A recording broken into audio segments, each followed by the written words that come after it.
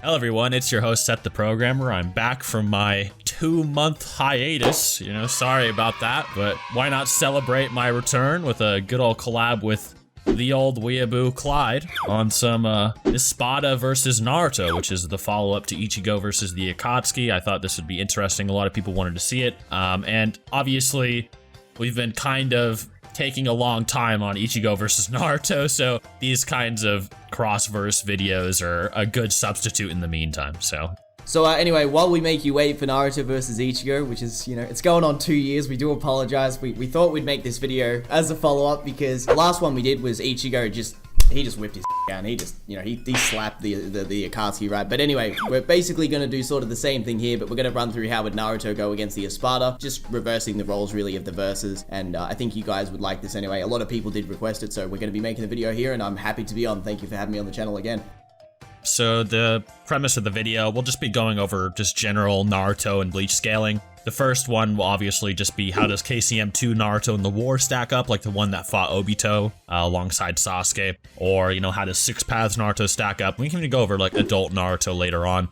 Obviously, we'll be doing the similar thing where, I go over speed, he goes over speed, then we'll go over destructive capacity, he goes over destructive capacity for Bleach, and I do Naruto, and then we'll kind of do our own little conclusion at the end. So without further ado, I guess I'll start. When scaling Naruto characters, I try to be as all-encompassing as possible with the different interpretations you can give the verse, and I feel this is even more important when you're doing a cross-verse discussion, as fairness and charitability of interpretation will allow people who maybe don't feel as strongly as others for certain feats and statements still reach a conclusion they can agree with for the overarching premise of the battles.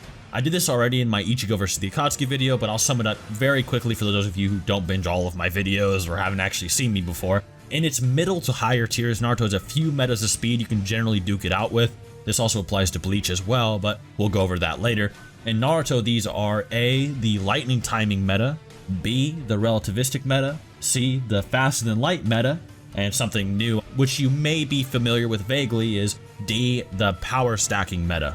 The lightning timing meta is pretty easy to digest. Characters in Naruto can both shoot electricity / lightning charge like energy through the air at others, and as a younger Anbu, Kakashi was known and even shown in the anime to actually race to a lightning bolt up a cliff and chop it in half before it could reach the ground. And Kakashi, while not anybody to be underestimated, is certainly no god tier in terms of speed as just a youngling in the verse, and many people can react to him using Lightning Blade and his lightning attacks at point blank range, when he is more than likely stronger and faster as an adult, such as Pain Nagato, Zetsu Obito, and Haku. Even with everyone thinking Kakashi did tag a lightning bolt, characters like the Raikage still boasted he was the absolute fastest in the world after Minato, the 4th Hokage, was gone, showing lightning speed and lore was nothing he couldn't handle or was afraid of. The relativistic meta is when characters who scale above lightning level attacks or are stated above lightning, such as the Raikage or Kakashi, can be blitzed by characters like Minato or Naruto KCM many times over and be made to look slow in comparison.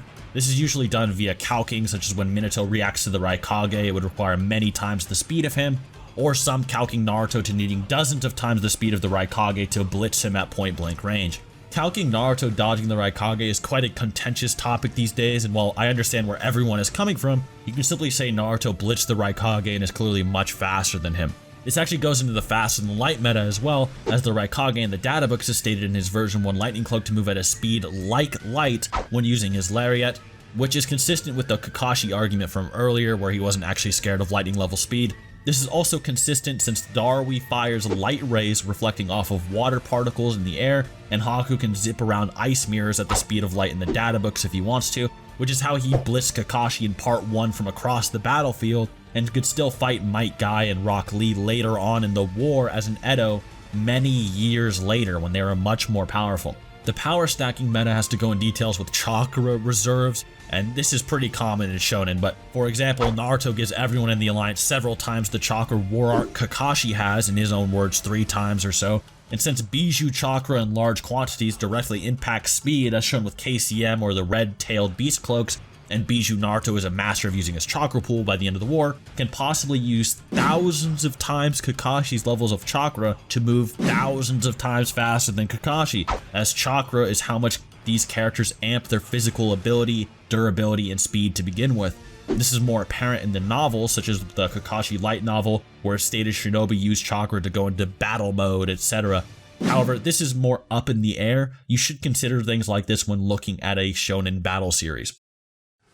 In Seth and I's last collab, we explained how consistent light speed is throughout the series of Bleach, provided unequivocal evidence showing such, and how easy it is to prove characters are that fast even back in the Espada arc. As many vexatious individuals continue to not only spout nonsense about the series, but also downplay Bleach's speeds to abysmal levels. To put this as simply as possible, we have numerous moments in the series and official data books written by the author Tite Kubo showing us light speed is the most consistent measurement of speed among the series filled with literal gods of death. And although we won't be commenting on things from the novels or too many things at all from the war arc, as most of the war related information would spoil Naruto vs Ichigo, and the novels themselves are yet to actually be officially translated, which means we don't want to share any misinformation with our awesome viewers. What we will show, however, should be more than enough evidence to prove what I'm about to say. Chad, a rather weak character compared to the Espada, is able to watch a light-based attack come towards him, which he then reacts to and tanks. Lieutenant level Shinigami are able to avoid the Negacion at point blank range, a light used to rescue hollows in danger, meaning it needs to be that fast by default, and is even used to get Espada out of the world of the living, meaning it scales to Vasto Lord A tier hollows. This is not only referred to as light by the head captain, but also hyped up by him as he tells other Shinigami to not even bother with it, implying he respects its ability. It's basically the same way that he hypes up the durability of the Chains of Fate in the Bleach Hellverse movie. Nanal, a character who doesn't even have a Zanpakuto toe and almost shat her undergarments from merely standing in front of Yamamoto, can actually tag X-axis, realizes he is attacking with light-based attacks, and this guy is the literal embodiment of light itself as he is intangible and attacks with nothing but light itself. We also have two versions of Ichigo that would essentially get soul crushed by the higher Espada, scaling to characters who scale directly to those lieutenants I mentioned earlier, as he blitzes them without them being able to react, one being the right-hand man of the head captain, and the other being the lieutenant of the Stealth Force, a division which even Aizen praises for their speed and ability. He also then scales to characters like Byakuya and Yoruichi at this point in the story with his Bonkai that amps his speed by 5 to 10 times that of the Ichigo that blitzes the lieutenants, which only a few chapters later base Grimmjow calls this average speed and he mocks his Bonkai's transformation. Ichigo is even able to block a Cero at point blank range, cut through the Cero itself, which then sends the Menos Grande back to Hueco Mundo, a hollow which scales directly to Lieutenant class Shinigami, and it uses a Cero which is referred to as light in the data books all the way back in chapter 49. Hell, even Aaroniero dodges light at point blank range, and this is something that's actually a part of his narrative written by the author himself, which revolves around his weakness to light itself. If you actually look at this panel here, the manga handles this different than the anime. The anime actually changes how the scene works, but in the manga version, right, the wall gets blown open by Rukia. Aaroniero turns his head to look at the hole in the wall. This part of the manga panel, where it shows Aaroniero face, is still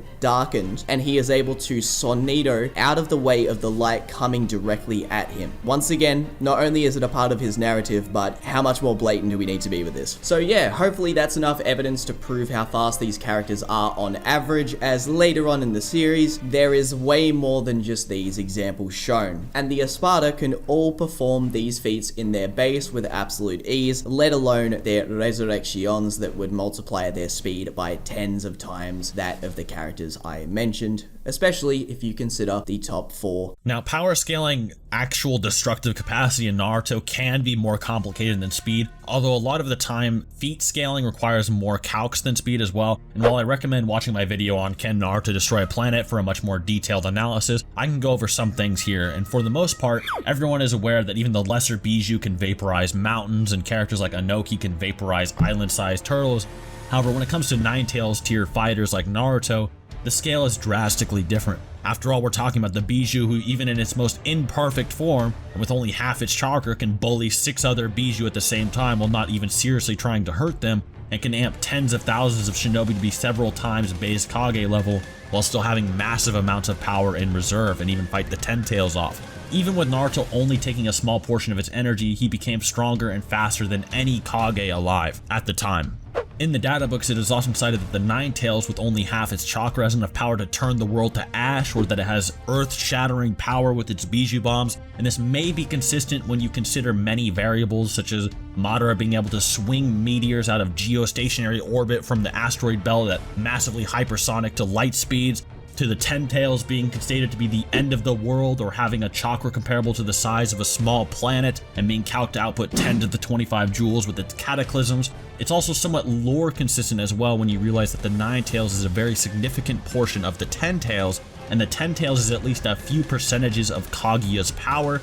Kaguya being a being who can wipe out entire time spaces with stars, planets, and moons residing within them. Even if you just said Kaguya was massively large planet level using all her chakra, saying she could destroy her planet and its orbiting moon, the Nine Tails being at all a percentage or anything of the equation is something very serious to consider. That being said though, I'll go into more detail during the conclusions, and you can hear a way more detailed analysis in my video, Can Naruto Destroy a Planet Once Again?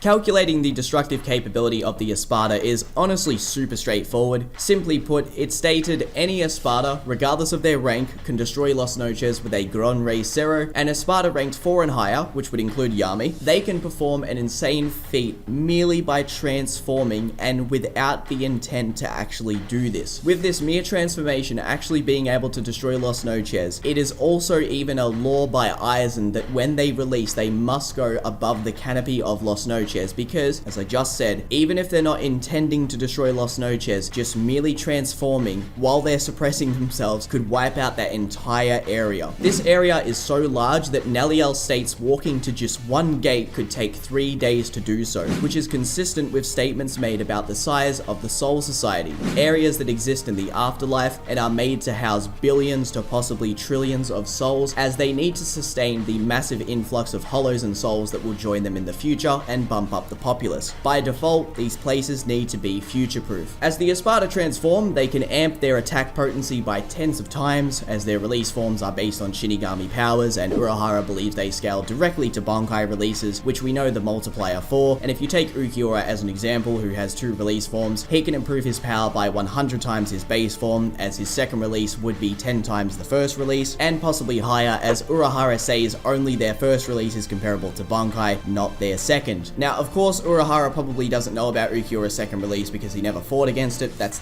completely fair, but what we can assume from that is that the second release's multiplier would naturally be much higher because it's just in a league of its own. That's all I'm saying, guys. So it is consistent to say that the second release would be 100 times base. And the top 4 Espada plus Yammy are so much stronger than the ones below, it's consistent to say they could destroy Los Noches hundreds to thousands of times over. Even base Grimmjow almost did this by accident when he was in his base form and he fired a controlled Gran Rey Zero, which Ichigo actually tanked the majority of when he stopped the attack, yet it still distorted space around them, and even Harribel was impressed by the fight itself. Her Fruction actually say word for word that he shouldn't have used the attack, and that's just Grimmjow in his base form. The funny part is too, at this stage Grimmjow is only ranked number 6, so to say that the Gran Rey Zero statement doesn't apply to weaker Espada, let alone the ones ranked above him, it just isn't true. With this being said, their average attack potency is consistently around country to continental, and with scaling of Ulquiorra, he can be placed much higher than this with his Cero Oscuras, which is stated to amp his attack potency by an order of magnitude, basically 10 times that of his normal power, right? And then his Lanzador Relampago, an attack which he whips out after the Cero Oscuras fails against the Vasto Lorde Ceros, clearly implies that the lance is much stronger than the previous fired Ceros, and he scales directly to the Vasto Lorde, which is able to perform planetary level feats, and scales to some of the strongest characters in that arc. To end off this part of the video, even Shikai Ichigo was told to not flex his spiritual pressure in the world of the living by Shinji, as it could affect the entire world, and even fodder tier Shinigami like Rongiku have to wear seals to stop themselves from affecting the world of the living.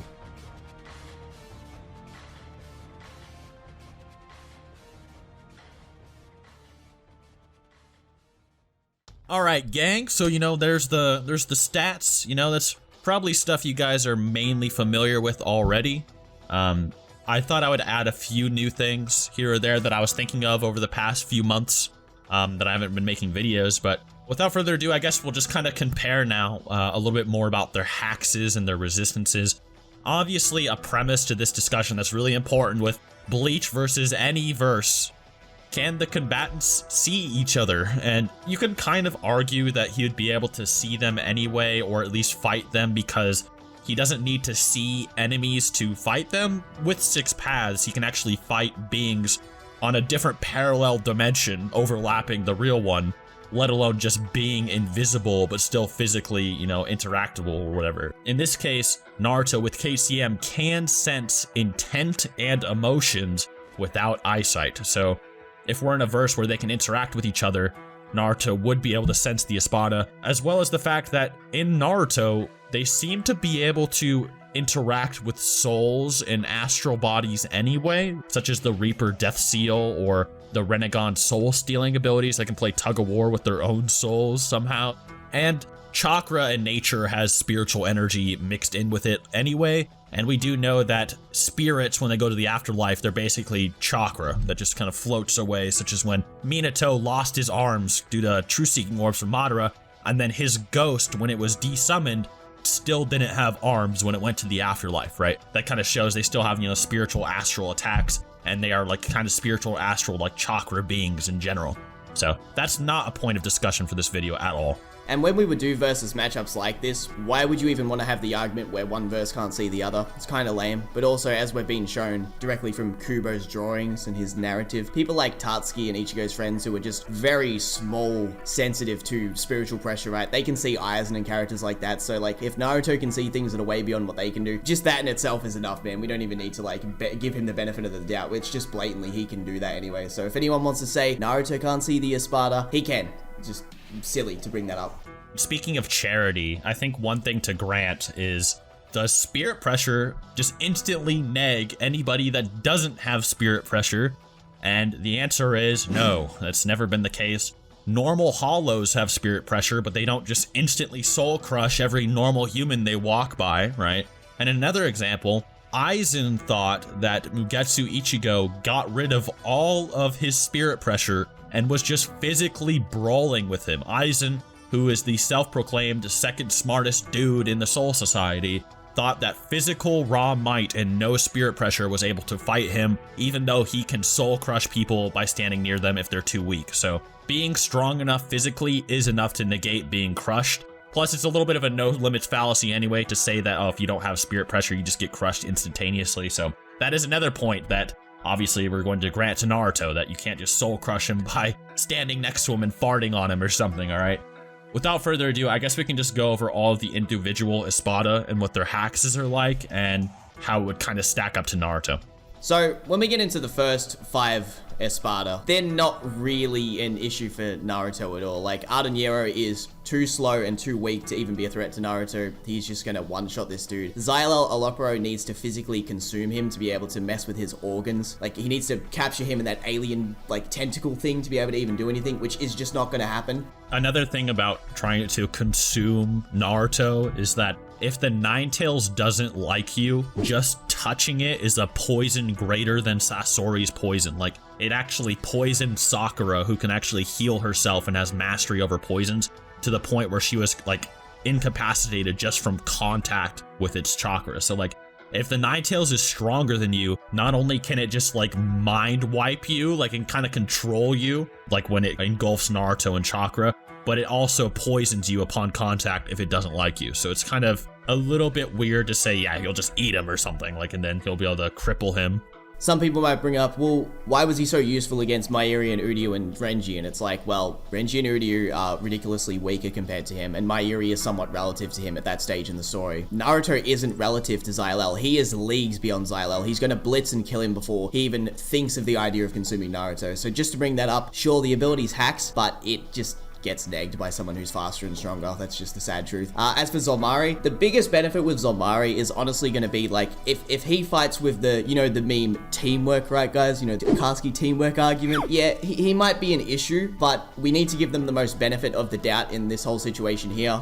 There is a chance he might hit Naruto with it. It is deadly. I'm not going to take that away, but not only is he slower and weaker than Naruto, but Naruto could probably avoid every single one of those heals, because Byakuya is able to, like, turn around and bring up a Kido barrier and block one of them. So it's not something that just instantly appears on your skin. There's actually, like, there is a physical distance it needs to travel and speed to actually hit the object it's being aimed at. So yeah, it's not hitting Naruto. one of the things we'll be talking about is Naruto versus Bleach in terms of speed. This is really, really contentious. So I gave you guys 4 examples of how speed in Naruto can work. If you want to downplay the Naruto verse to lightning timers, then Naruto's just like scales massively above a lightning timer. You could say the same thing about Bleach as well. Like there is like lightning timing statements and stuff like that. For the most part, like the medium like tiers are more consistent. And in this case, like even if you were to say Zommari was the fastest of the Espada, there's no way at all to like wank Bleach to be faster than wanked Naruto. Like the power stacking of Naruto saying he's like thousands of times Kakashi in terms of speed is way too ridiculous. Him blitzing characters stated faster than light is way too consistent as well. And how highly he scales above them, giving the whole Shinobi Alliance a chance and making them all possibly as fast as the Raikage. It's just way too absurd for Zommari to even scale to it. Even if you were to say like Zommari is like much faster than light by like 100 times or something ridiculous, it's not very consistent to say that he would attack Naruto. And even if you did say Zommari for some reason just tags Naruto with like his weird hacks ability, you would then have to prove, okay, Zommari's Reiatsu and his ability can overpower Naruto's body and force it to do what he wants.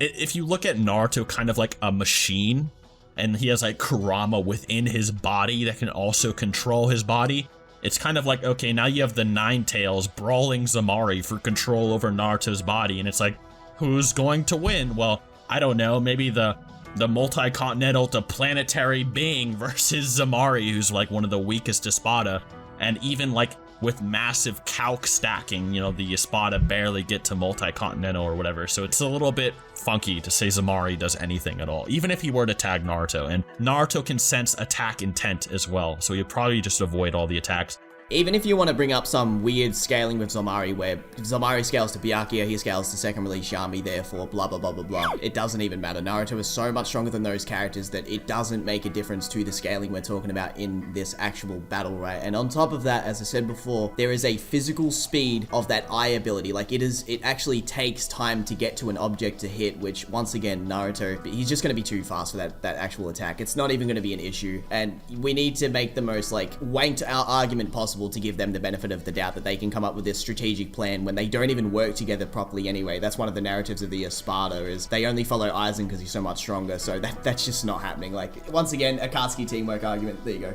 So I guess we can just get like all the powerhouses out of the way, like Grimmjow, Nnoitra, Harribel, and Starrk, and Ulquiorra, I guess.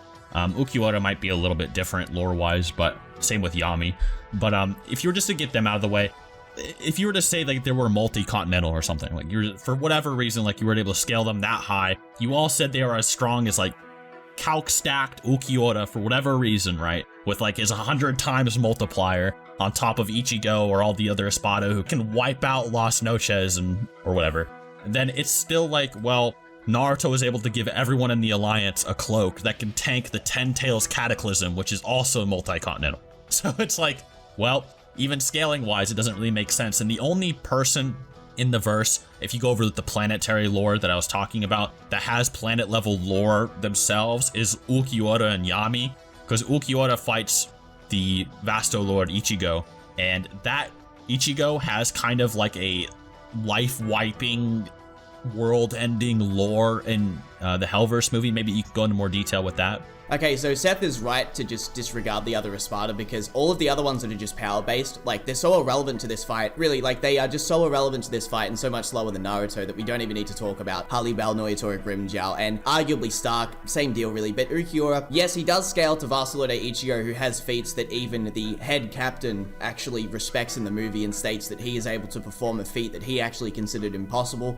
Even with just the multipliers of them being able to destroy Las Noches, you can wank the Vasto Lord at full power if it had the full Shihakusho. You can wank it to like easily planetary and so on, and even with that being said, you need to give Ulquiorra like every benefit of the doubt by giving him, you know, the Lanzadel Lampago multiplier, because Seto Oscuras improves his power by an order of magnitude. The Lanzadel is stronger. Yes, he scales to the Vasto Lorde, but like Naruto has way better feats than this man, even if you give Ulquiorra all these cool wank statements to scale to the Vasto Lorde, which yes, it's impressive among the Bleachverse at this period in the story. It's nothing compared to what Seth has said about Naruto previously in the video. For the most part, the wanked Espada is kind of trying its best to compete with like casual attacks from the Ten Tails and like suppressed Edo Madara, like just throwing meteors out of the sky or something. Like that seems to be their most consistent. And the Nine Tails does scale to a portion of Kaguya's power, and Kaguya still is wiping out entire dimensions, like, and it's pretty absurd. Now I know there's the whole like I don't know how you feel about this, but like warping space is fourth dimensional or something. Like, okay, that's like saying like gravity is fourth dimensional because it can warp space if there's a lot of it or something. Like, it's just absolutely ridiculous. Like, you bringing up the dimension thing is interesting because people are going to say in the comments straight away, well, the Espada have dimension breaking feats like Ulquiorra, but nowhere is it implied that this dimension is like a universe-sized thing or an actual dimension, or however you want to interpret that statement. For what we know, that dimension that Grimmjow put Ulquiorra in could be the size of a room, which is just that strong that it can seal him. That doesn't mean anything else other than that. It's just absurd to say bending space is 4D anyway. By the way, fourth dimensional, for those of you guys that don't know, it's basically saying like a fourth physical space. Like, you know how we view fiction as 2D, you know, like a fourth dimensional space would view us that same way. So people try to say, oh, you know, if you warp space-time since it engulfs our 3D matter, like fiction or whatever, you know, bending it, you must be able to interact with it, right?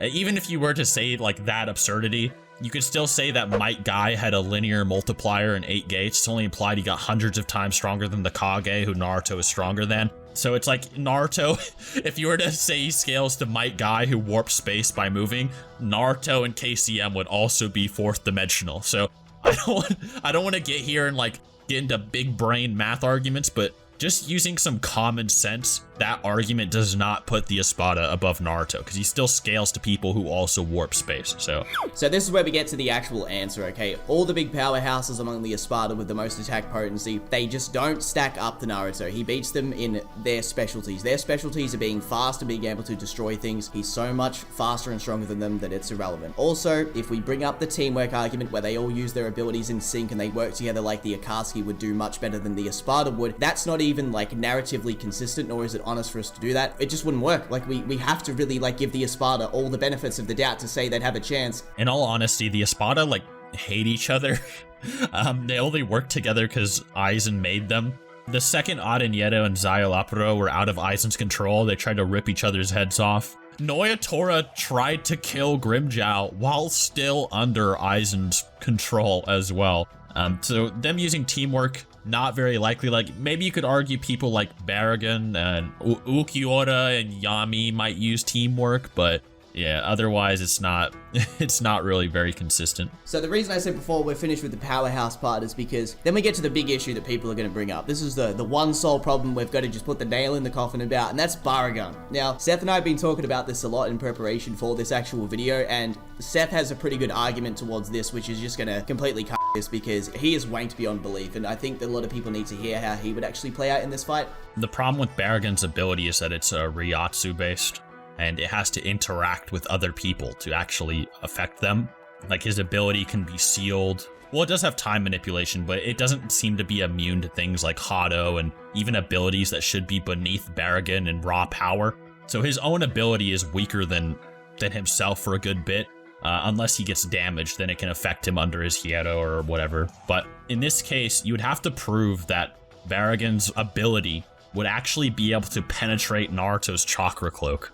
And that's a real argument. Like, you'd actually have to prove that Barragan's ability is strong enough to penetrate Naruto's chakra cloak, especially if you're equalizing energy. And this is pretty consistent with Bleach. Now, there is different arguments with how Ryatsu affects abilities in the verse. You know, like some people say, oh, Aizen negging Chikai's ability to insta-kill him with Ryatsu is actually just Kyoka Suigetsu's illusion. It didn't really happen and blah, blah, blah. But in this case, Barragan actually did respect Aizen enough to think, okay, this guy is so strong that my ability, I can't just like catch him off guard and kill him with it, right?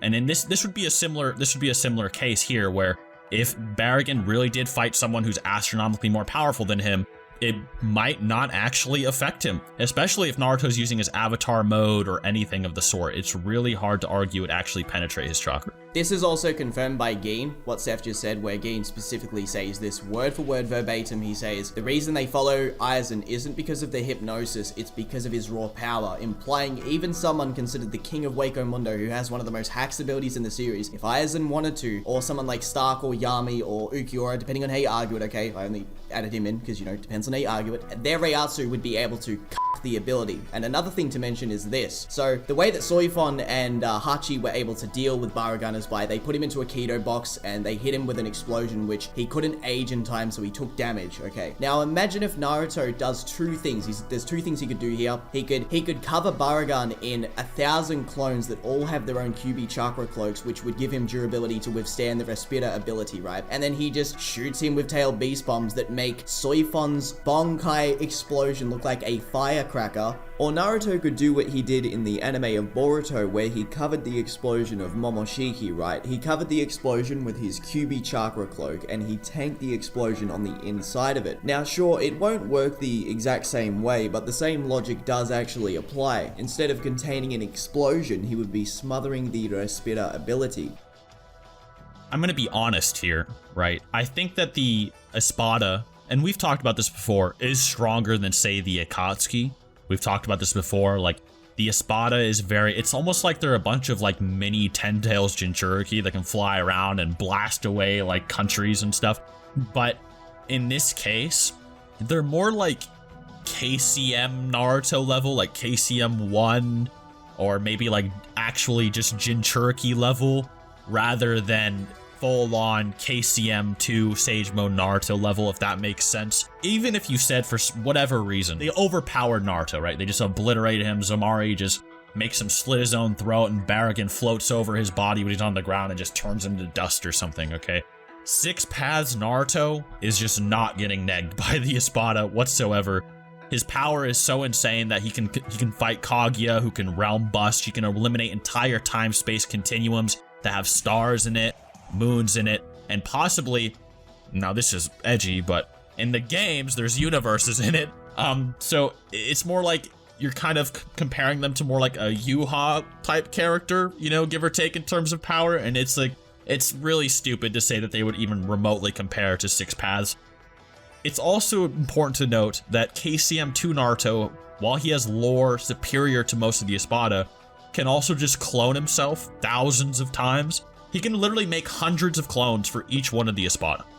And all of them are almost relative to him in power. So teamwork is not a thing. Not at all. Like, if teamwork was a thing, Naruto wins on teamwork with himself. So it's not really looking good for any of them in any capacity, unfortunately. As Seth said, the most comparable thing we can compare the Espada to, and it's only two of the Espada, it's Starrk and Ulquiorra and Yammy at full power with, you know, all benefits given to Yammy because he takes a long time to get strong. They're basically just the equivalent of like the Ten Tails, and it's like they're too slow and they're too weak. And also people are going to bring up this argument. They're going to say, well, Starrk can fire infinite Ceros, therefore he's universal, or weird arguments like that. Yeah, Stark's universal, okay, but it's going to take him about 1,000,000 years to actually blow up the universe, so don't even bother bringing that up. That's just silly as hell. And as Seth said, even if we do the teamwork stuff, Naruto has 100 individual plus clones for every individual Espada. And this is only KCM2 Naruto, not the ones that make that version of Naruto look like nothing. Like, the power cliffing between KCM2 Naruto and Sage of the Six Paths Naruto is just absolutely insane. What he did to Madara when he first appears, that's all that needs to be said. You could also say with Barragan's ability that if he's fighting clones, the clones would like pop or whatever, and they'd learn Barragan's ability. And they could like engulf him with like Kyuubi Chakra and then have him kill himself, similar to how he died in the original. I think we talked about that before. And when we say they're like Ten Tails Jinchuriki or whatever, or like mini ones, we're not saying they're actually as strong as Ten Tails Jinchuriki. I want to get that out of the way. Like, are you saying KCM2 would beat up a Ten Tails Jinchuriki? It's like, no. I'm saying the way they fight is like a Ten Tails Jinchuriki, you know, they fly around, they shoot blasts, you know, blah, blah, blah. That's what we're saying. It's like the same sort of lore that is given to the Ten Tails, where it can turn the world into just a disaster zone and get rid of the planet itself, right? We know how, and it's even beyond that too. I'm just doing the bare minimum stuff here. You can give the same sort of arguments to the wanked Espada like Ulquiorra and Starrk and Yammy, okay? But even with that said, they're too slow, and Naruto has better attack potency. That's why we use that as a analogy to compare the two. And obviously, adult Naruto, which I hinted at earlier, you know, just Okay boys, that's pretty much the end of the video. We wanted to make you guys something fun in the meantime because we do like to collab, but this one in particular was a follow-up to the previous one, and it also gives you guys something in between this video and Naruto vs Ichigo, which is going to come in the future. There will be more updates on that very soon. Just hear us out when we say that it's a lot more difficult than just a normal video. There's things like a lot of money's actually going into the animation, which will be done at the end. We're not going to be doing any sprite animations. It's going to be fully animated with voice actors. When we say animation, we're talking actual anime animation between the two fighting for about 7 straight minutes. This costs a lot of money. The actual just process of everything is much more difficult than just sitting down and recording a video like this. So please be patient. It is coming. If you want to see that video though, please do us a favor. If you've watched this far through the video, give this video a like. Let us know in the comments. Tell us if you want to see Naruto vs Ichigo, because we're very sorry for being super vague and not being vocal with you, but this is the update. Hopefully it, it quenches your thirst for the time being, but it is happening still. Please be patient. That's all I gotta say.